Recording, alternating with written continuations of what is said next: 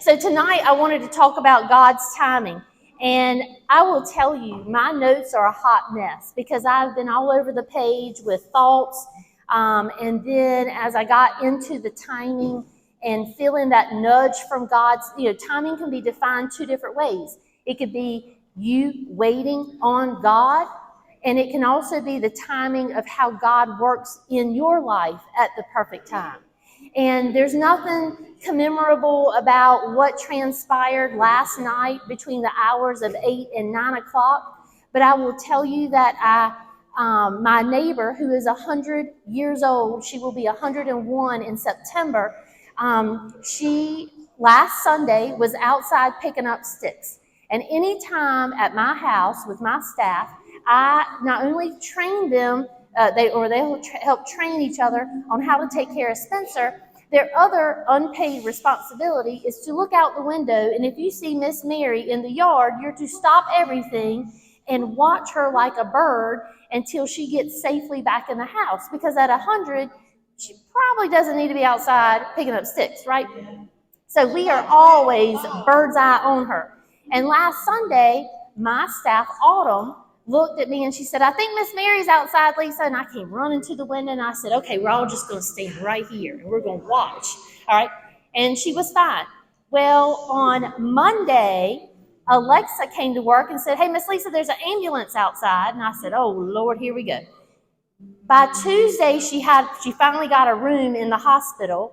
By Wednesday morning, she had been transferred to palliative care. And by last night, about 7:30, I was having a conversation with her only son, who I suppose has to be in his 70s if she's 100. And I'm having a conversation with him about how he needs to go be with his mother. Now, this is a guy who has cataracts and that hasn't left the house. As a matter of fact, if I took you to his house or I put a picture of his house up on the screen, you would promise and swear that no one lives in that house. It's deserted. Some of the windows are boarded over, and the shrubs are now trees that cover the house. It's an old farm land, and you would swear that no one lives in the house. It's a ghost house, okay? The driveway has grown over. There is no tracks of anyone coming or going. He just sits in the home and orders through his iPad groceries for his mother and himself. So the only time that someone even pulls up to his house for all these years is if it's Walmart delivering groceries. But even then, there's not even tire tracks on the grass of the driveway. So this lady, I have kind of adopted being the neighbor in front of her. And it was funny because the neighbor beside of her, they both, I moved in, and being the younger person, the two older ladies would have everyday spats like you guys have as children, college, and adults, right? And at one moment, they even decided to unfriend each other because of a misunderstanding and would call me to chat about each other. So over time, I have gone over there to help her with the remote, or she couldn't figure out why something wasn't working or whatever it may be. And last night about 7:30, I'm having a chat with her son, the only son she has, and she only has one grandchild who's not married either.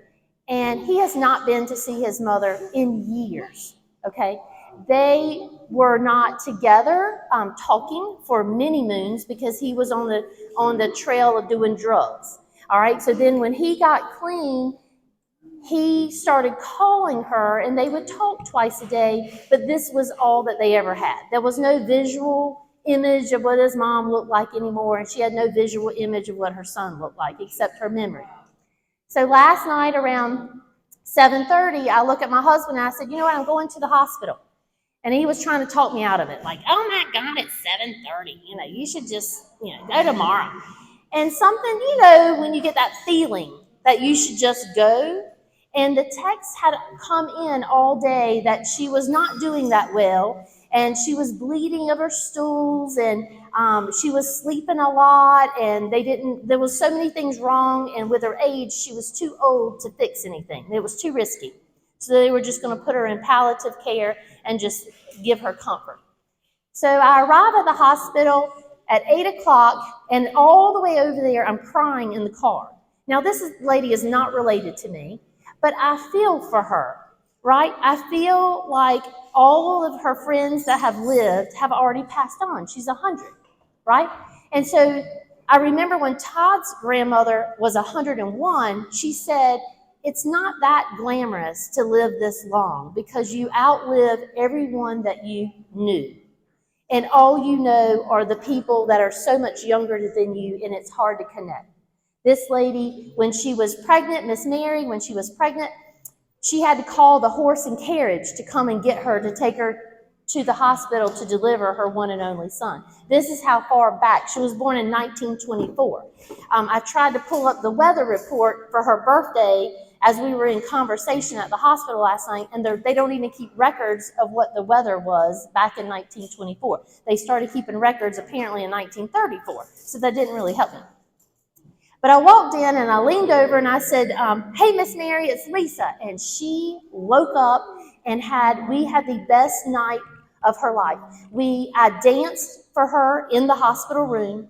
I asked her what was her favorite music, and it was Tom Dorsey, Frank Sinatra, and Glenn Miller. And so we played these songs so loud, I thought I was going to get in trouble by the hospital for having the music too loud. As I danced, that was awkward within itself, but I danced and we talked about memories. We talked about memories we had already shared together as me being her neighbor for the last 25 years. And she laughed so hard. She was 100% there. She knew old memories and new memories. And within less than, how many hours did we say? Less than 14 hours, she left this earth. And she's now with the Lord. And so, as I started looking back on my notes, even this afternoon, I was like, Lisa, you got to get it together. These people are showing up and your notes are a mess. And I thought, timing is everything. If I had waited to go today, it would have been too late. If her son, I don't even know if her son ever made it to the hospital. I don't know. If he did, it was already past the point of her seeing him. He could only see her. And so timing is so, it's like we take for granted. And, as for timing growing up, we've all had to wait for something, but yet we're so impatient we're waiting for God. But when you have a baby and you're waiting for them to get weaned off of the bottle and get baby food, you're like, yes. Okay. And then when they get to, they're out of diapers, you waited for the moment they were out of diapers because they could move up to the next room. And then we waited, as a child, you waited till you were 10 because you were double digits, right? That was like, woohoo, we look forward to that. And then when you turn 15, you're like, oh, thank goodness, now I can get my driver's permit. And then when you're 16, you've waited all your life, 16 years of walking around going, Lord, I cannot wait to get my license because I'm out of here, right? And then you couldn't wait till you were 18 because, you were all grown up. I was going to be graduating and leaving the house, right? You waited 18 years for that. And then after you were 18, then you were like, okay, what's my next age I'm looking forward to? 21, right? Because now I'm an official adult and I can order a special drink that nobody else can order, right? You look forward to 21. After 21, you're like looking for your true love. Where's my honey bun? Where's my ring? Okay, even if I don't like the guy, I want the ring. I mean, that's typical, right? And then you wait for the wedding day. Oh, the wedding day. All the planning that goes into getting to the wedding and all the details. And then after all of you and your friends are married, then you can't wait to have children. Do you see what I'm getting at? We have been conditioned to waiting for something all of our life. And then after the kids, then it's the grandkids. And then you look forward to getting that 10% discount on Senior Citizens Day, right? For shopping and for food. You look forward to it. And then you look forward to retirement, all right? And that big fat check that comes, yeah. But we are always waiting for something. But the minute something happens in your life and you need God, you're like, have you not heard me pray to you? Have you not heard the problems I'm going through. Lord, are you even listening? Are you here? Do you even know that I exist? And all of a sudden, our waiting is like this. And we have no patience for waiting for God anymore. And then we start finding idols. And idols are not just what you think an idol is. Idols can be a shopping addiction because you find joy in your heart. I do. Like when you feel like your world's crashing in, the first thing I want to do is run to the retail store, right? I mean, I don't care if I got money or not. I got credit somewhere, and I'm going to get it, right? So we are addicted to shopping. Some are addicted to drinking because they can get so drunk that they don't remember the problems, and then that makes them feel good. Or they'll find a group of friends, and the group of friends could be good friends or bad friends, but guess what? It's a distraction from what's truly going on. And we begin to hide behind these idols. And so idols don't have to be a golden calf. It could be a drink. It could be drugs. It could be pornography. It could be shopping. There's so many things that are considered idols, right? So we need to learn to wait on God and not rush God and not be like, I want it now. He's not a genie in a bottle. You can't just like snap your fingers or rub the bottle and it just happened for you. At the right time, He will provide for your need. And at the right time, He will deliver you. And at the right time, God will rescue you. He says in Psalms 31:15, my times, that's Him talking, my times are in your hands. So if you go back to the earlier examples I gave, it's like a 10-year-old saying, Mom, I'm ready to drive a car. And what do you say? Son, you're not ready. A, you can't see over the steering wheel. You don't know the laws of the road. You don't have insurance. You don't have the wisdom, and you don't have the patience at 10 years old to drive a car. Right? So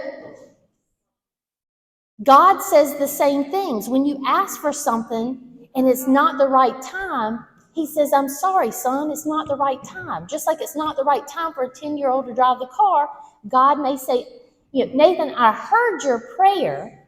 I heard it every time that you prayed it, but it's not time. I'm working on something else.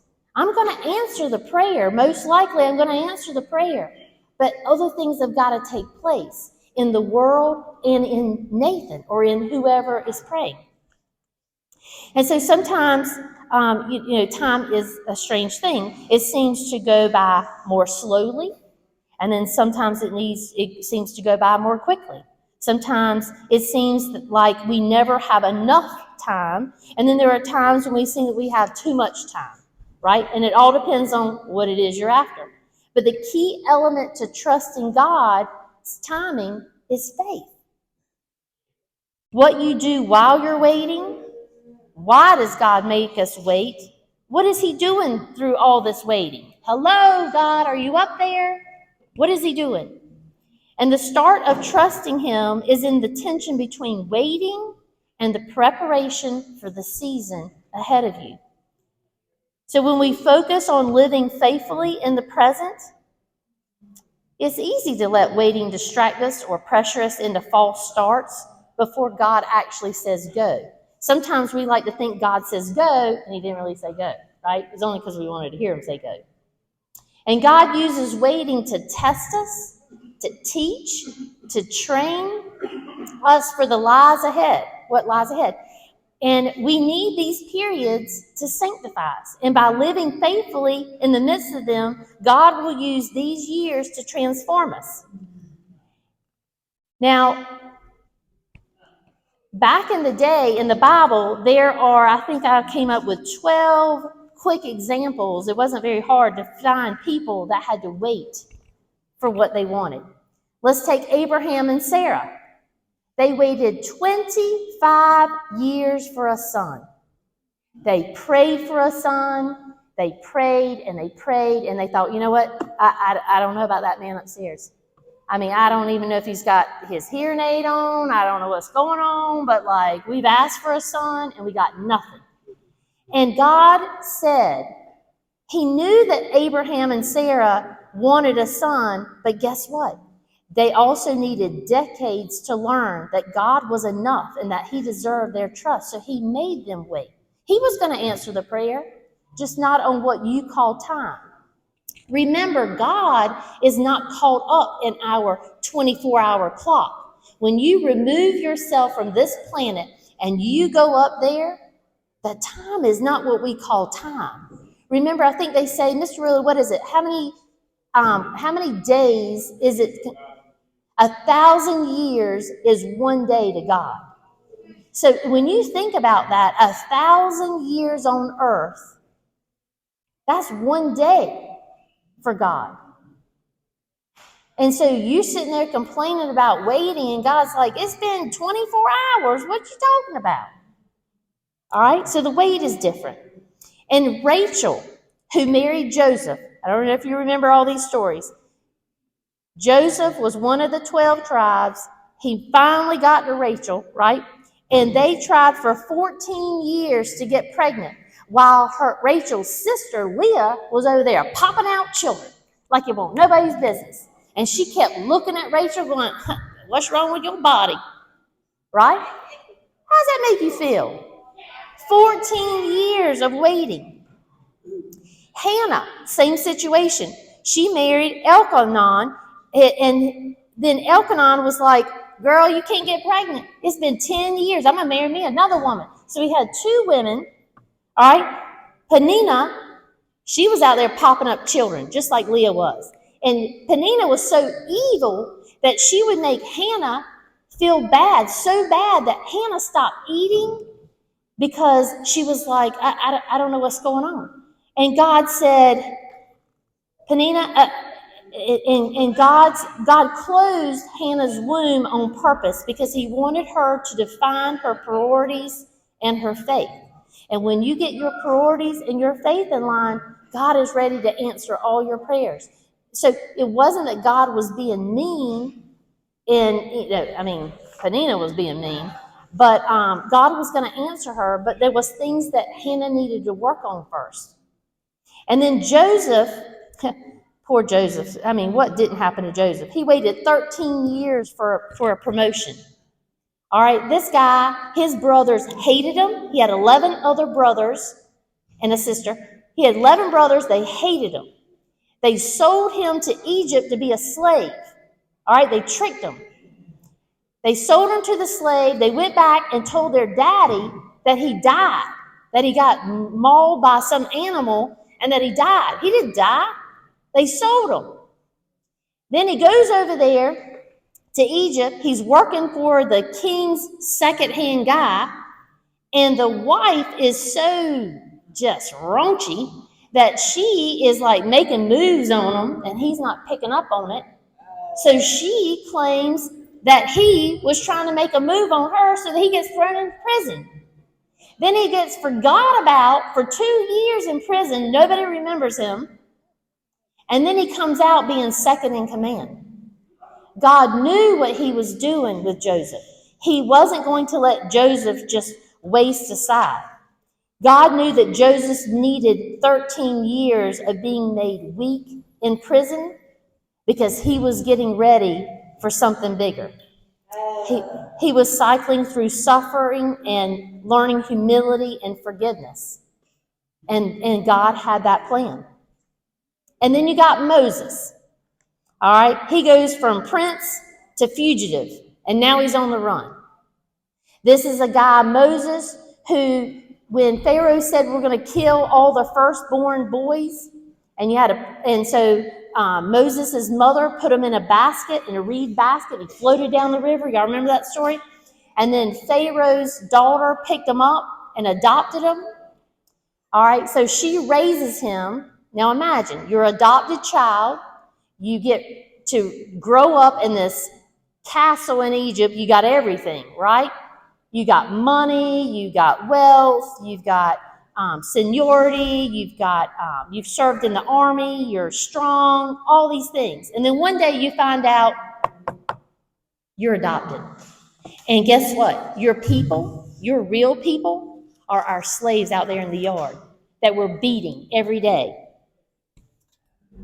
And when he finds that out, he goes out there and in anger, in a moment, and then kills one of his Egypt people that he thought he was part of and hides the body.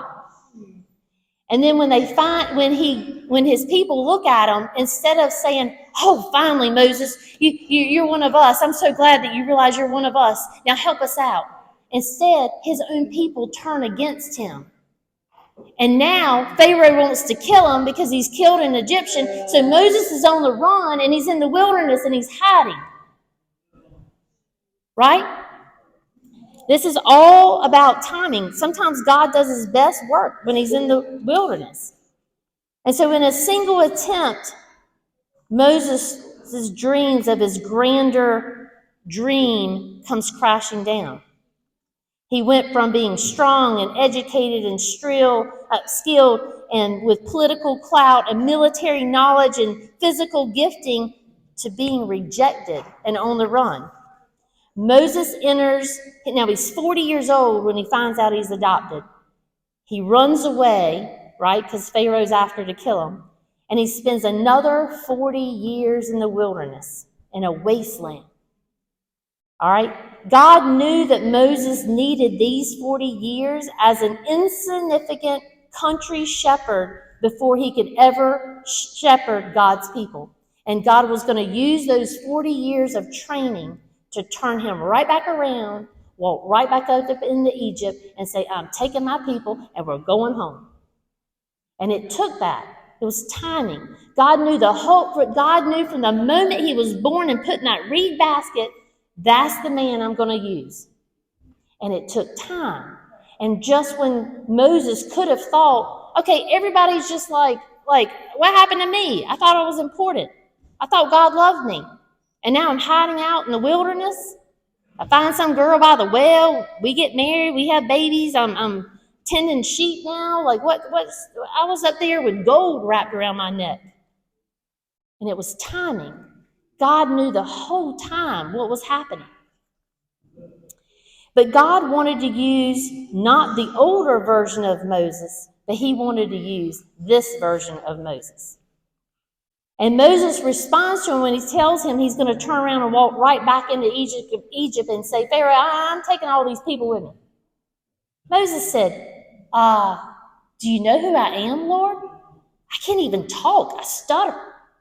I don't have the most vocabulary in the world. Like, me? Are you sure?" God's like, I know exactly what I'm doing. So Moses has gone from, it makes sense that God would use me because I'm strong and a military man, to, "God, me? I don't know if I'm ready." And God deconstructs Moses' strength so that he'll learn who's really in control. God didn't need Moses. Moses needed God. And so Moses doesn't waltz in back into Egypt, right? He limps in with a stutter and a stick. And he's like, my master said. And the Lord said, "Don't you worry about your speech. I will talk right through your tongue. And all I need is for you to stand and do exactly what I tell you to do. And the words will flow out of your mouth, and I'll inspire you, and I'll give you the wisdom and everything else. Don't you worry about it all." So the Lord chose the now 80-year-old man, not the 40-year-old man when he found out he was adopted, but he chose the 80-year-old man because the older Moses knows his weakness is the platform for God's strength. And this proves you are never too old for God to use. And then there was Joshua. All right, so Moses knows he's supposed to take these people to the promised land.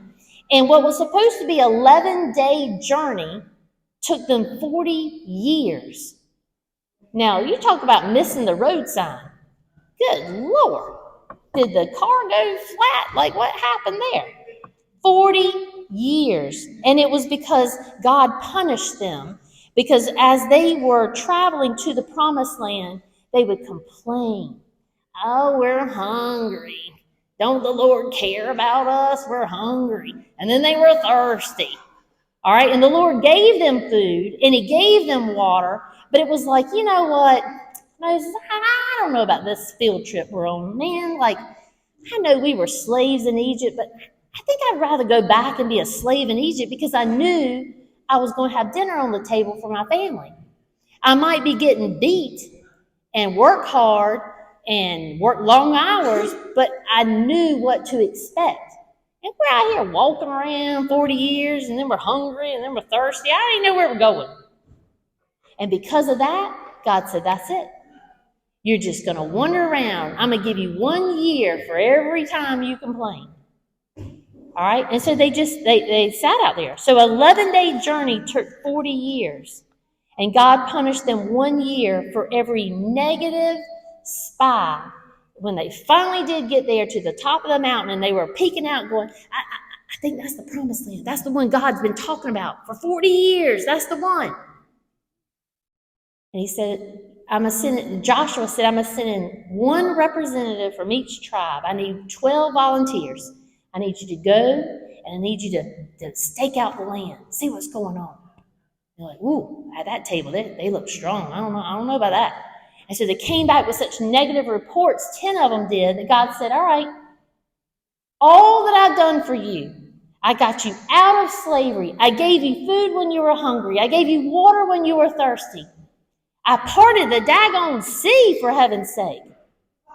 And you are upset about what? You think you're not strong? Do you not think I'll come through for you? Do you not think I will help you take them down? And because of that, he said, you know what? You're just going to have to wait. And so Joshua waited. He finally got them in there. Whew, that was a mess. For 40 years of wilderness wandering, it was for the Israelites' disobedience and unbelief in God, the same God that had given them everything. And so Joshua needed those 40 years studying under Moses to learn leadership and courage. He couldn't have just taken the baton from Moses when he died on top of the mountain. He couldn't have just said, all right, Joshua, I'm about to pass on. Here's the baton. Take them. He needed all that leadership. Joshua wasn't ready. All right, just like we're not ready to drive the car when we're 10. So during the 40 years of desert wandering, the children of Israel alternatively blessed and cursed the name of God. They were happy when he did something good, and then they would soon forget, and then they were cussing him out. They'd rather actually go back to being slaves in Egypt than to have conquered the glorious land that God had promised them. That's awful. Ruth. Anybody remember that name in the Bible, Ruth? She waited on a husband. And it was perfect. It was God's timing. Her husband had died, and she should have just gone back home and looked for another man. Instead, she sat around with her mother-in-law, who had lost her whole family. Her husband and her sons had died. And so here you got the mother-in-law who's sad. She's sitting in the rocker, just sad, crying. All right. And then you got Ruth, who's like, I'm not going to leave your side. And so she waited. And Ruth demonstrated faithfulness to God and to love thy neighbor like thyself, one of the commands. And her kindness and generosity brought forth life. And God reversed the fate because Naomi was worried, I don't have any sons to carry on my name and our legacy. And Ruth stood around and waited. And so God accomplishes restoration through Ruth's boldness and loyalty. And the reason why Ruth's actions bring healing to her and Naomi's life is because of this guy named Boaz. All right, and I had this little funny thing I was going to share with you, but I don't know if it's appropriate, but it really is. It did make me laugh. And then I thought, well, I could get Hannah or Alexis to say the last part of the AZ, the as part. If I said the first word, it was really funny, but I probably shouldn't share it. But you can come up here later and read it. It's really hilarious. But God reverses the fate. And so Boaz was just a no-nonsense farmer who's full of generosity and loyalty. And it's important. Why is any of this important? Ruth, who married Boaz and had a son named Obed, He was the great-grandfather of King David, who later Jesus came. So if Ruth hadn't hung out with her mother-in-law and ran into Boaz, who was a country farmer out there tending the land, if they hadn't fallen in love and had Obed, guess what? It would have messed up the whole lineage to Jesus coming. Because God already had his thumbnail on exactly what was going to take place.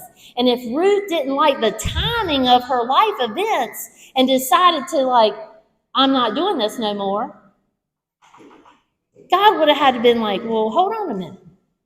He would have had to change things. So it was very important for that.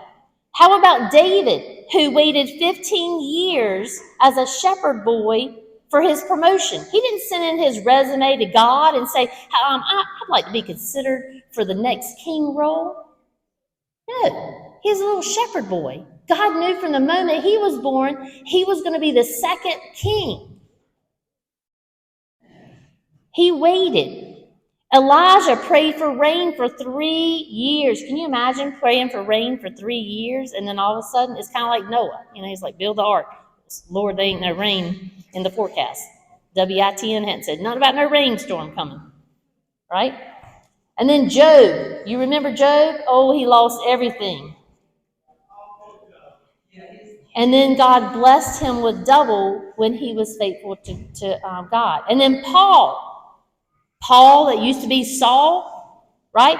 I mean, oh my gosh, I think the man was in prison like 3 or 4 times. He was in prison for things that you're like, what? He healed this one lady who this man owned this woman, and she had demons in her head.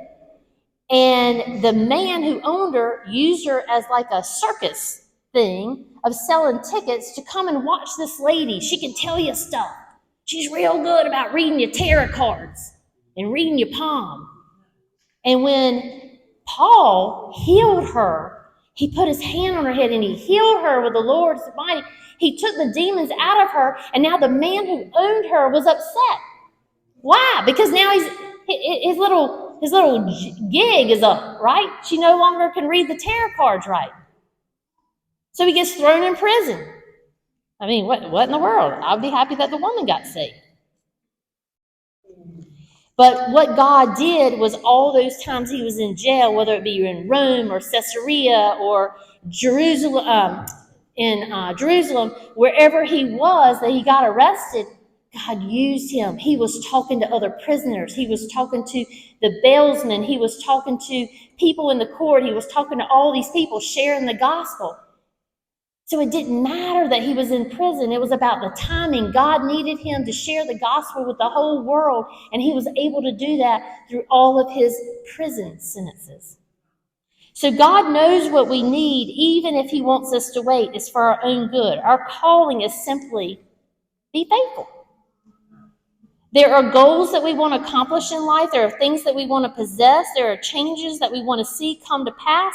And these things would have come sooner. We want them sooner than later. And as Christians, we must remember that God, the master of time, right? He invented the whole time, has a good plan for our lives that will manifest in time. In Ephesians, it says, for we are his workmanship, created in Christ Jesus unto good works, which God hath before ordained that we should talk to them. We have to learn to trust God's timing. The key element in trusting God is faith. If we believe that God is going to bring to pass, even if it doesn't happen right away, that it won't affect our faith. That's the troubling part, because see, we like to pull away too soon. When mom and dad say you can't have something, you get upset and you pull away. When we pray, we make our petition to God. We've got to trust that he will answer, not in our time frame, but in his. There is no failure in him. Behold, I am the Lord, the God of all flesh. Is there anything too hard for me? This is what he says in Jeremiah. And the answer is what? No. There is nothing that he can't do. When our prayer isn't answered immediately, it is not a sign that God isn't going to do it. Sometimes he just says, wait, it's not time yet. It is a known fact that you can't hurry God. Wait on God's time. You can wait patiently or you can be impatient. Being impatient torments you and shows lack of faith. Don't torment yourself. Have faith, wait patiently, and trust God's timing because He'll never be late.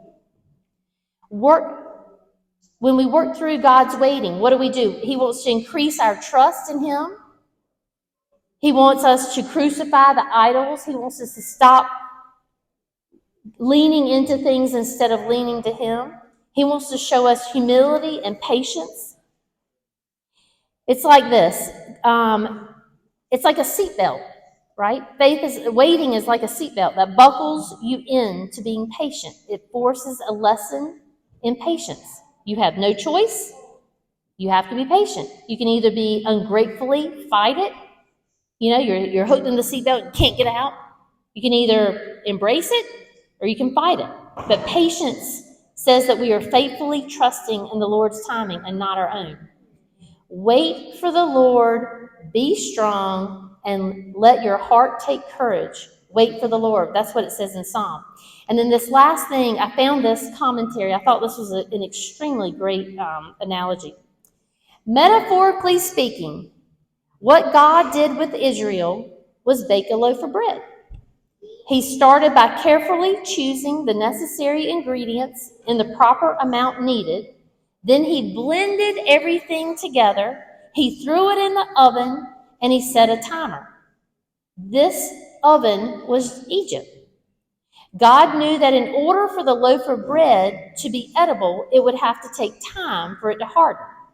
And although it seems otherwise, God never forgot about the loaf of bread in the oven, talking about the people that were held in Egypt. He never forgot about them. His ever watchful eye was always monitoring the baking process. And then when the timing was just right, he opened up the oven door and out came Israel. Isn't that cool? And you see, even when we think God is not hearing or working in our lives, He is. And instead of losing our faith in Him when the going gets tough, you and I, we need to cling even tighter to Him because He's got it all under control. And in closing, I'd like to encourage you this week ahead to focus on trusting in God's timing. Don't try to rush Him. Don't give up on whatever the situation is that's going on in your life, or if you're praying for someone else. And don't lose faith in Him. Our Heavenly Father is always with us. He's always watching over us, and He'll always love us. Honor God by trusting Him, even when it seems so hard to do so. Is that not true? It's timing. And timing is everything. You've always heard people say that. Timing is everything.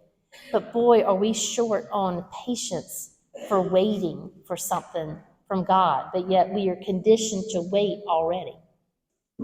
Lord, please hear everyone in this room, including Miss Mary. Everyone has something heavy on their heart that they've been praying for many years, or maybe it just started happening. It could be a loved one, it could be a child, it could be a parent, it could be anything, it could be their health. Lord, we know that you hear us, and we apologize for being so impatient and wanting to rub the bottle and you fix it immediately. Lord, I know that you hear Mary's prayer. And Lord, I know that you're working it out already ahead of her. And I just want to thank you for already paving the road ahead of her. Give her the patience to wait for you, Lord, and not jump the gun. We are so thankful for everything, everyone's lives you've already mapped out. And I don't want to do anything to jeopardize what you already have planned, because what you have planned for us, for me, is the best plan, Lord. So every time I think that I need to take the reins and I'm going to take a left, and you go, nope, we're taking a right. Lord, keep me in track. Hear our prayer, Lord. I know you do. And we love you, Lord. Amen.